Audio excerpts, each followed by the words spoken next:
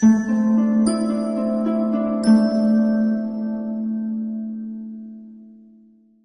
we suspect a avulsion may be on the table, would this change the exercise recommendations for a postpartum woman going forward? So if we suspect it, I would definitely say that you'd want to be aware of certain things. So oftentimes a really like deep squatting, that type of thing you may have heard of, isn't the most ideal because it could kind of lead more risk to prolapse. You can definitely deep squat with a prolapse. It's just the fact of your alignment, your neutral spine. There's so many factors involved that it may be better to keep it shallower until they really get it, as well as weight. So there's definitely a variation on what people are told. To try to, if you do have an avulsion and you want to prevent a prolapse, don't lift weight above a certain amount. Or if you do have a prolapse, don't lift over 5 pounds. Well, babies weigh more than 5 pounds after they've been born, right? So it's one of those things where it's like, well, that's not really a helpful piece of information. So really you just want to make sure that they're able to engage properly. So whatever you can check from the outside, make sure that they're, using their breath, that they're not holding their breath or doing anything that could increase intra-abdominal pressure. I would say would be the biggest things. Yeah, I love that. And we were talking about that last week because Gail in her lecture mentioned something about how that is just not helpful and ridiculous advice to tell someone with prolapse, a mom especially, she can't lift more than 5-10 pounds. She's going to have to, so we have to coach better alignment, better breathing, better strategies to make sure that she can do that without wrecking herself.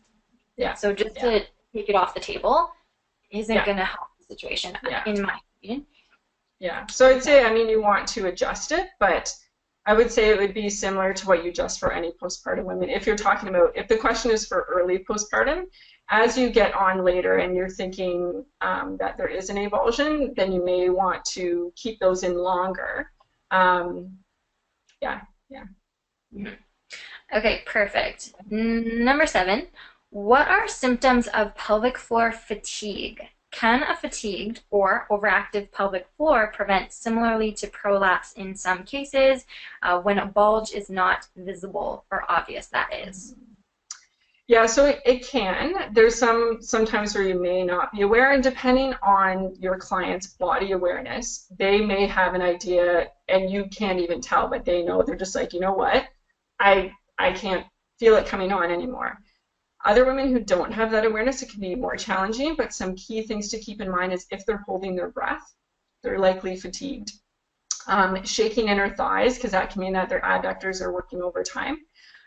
As well, and also alignment. Like as soon as their alignment goes, it's telling you that they're definitely tired. So again, a big thing, the ribs over the pelvis, which I know you talk about a lot, Jess. So that's something that if you're noticing that's kind of gone out the window, that's generally a sign of fatigue. Yes. And then also symptoms too, right? Like if they're saying, you know what, I'm starting to feel some leakage or I'm starting to feel some heaviness, pain, any of those would definitely be a sign. Mm-hmm.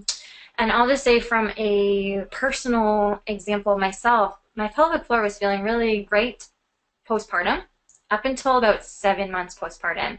And we went through a period of high stress, was working a lot, sleep was down, baby sleep was total crap. And then we went traveling and I was carrying and wearing steel a lot. And once I got back, I just felt like my pelvic floor was so tight all the time, could not relax it, and I was starting to feel like prolapse symptoms were ramping up. I couldn't feel internally that things were bulging, but I just felt like pressury, sitting on that egg type feeling, tampon falling out. So I went to see Gail, and she was like, no prolapse, just super tight. So it's interesting how those symptoms can be so similar. They really are, and I find that a lot of times when I have women come in and I'll have them, put down like, why are you coming in, and symptoms, and a lot of times exactly those things where you're like, well, I'm gonna guess they're probably gonna have a prolapse when I go internal, and it's not. It's actually a lot of tension. So you're exactly right. I'm glad you brought that up because a lot of times we kind of make that assumption that it's going to be prolapse, but it can actually be hypertonicity and tension going on.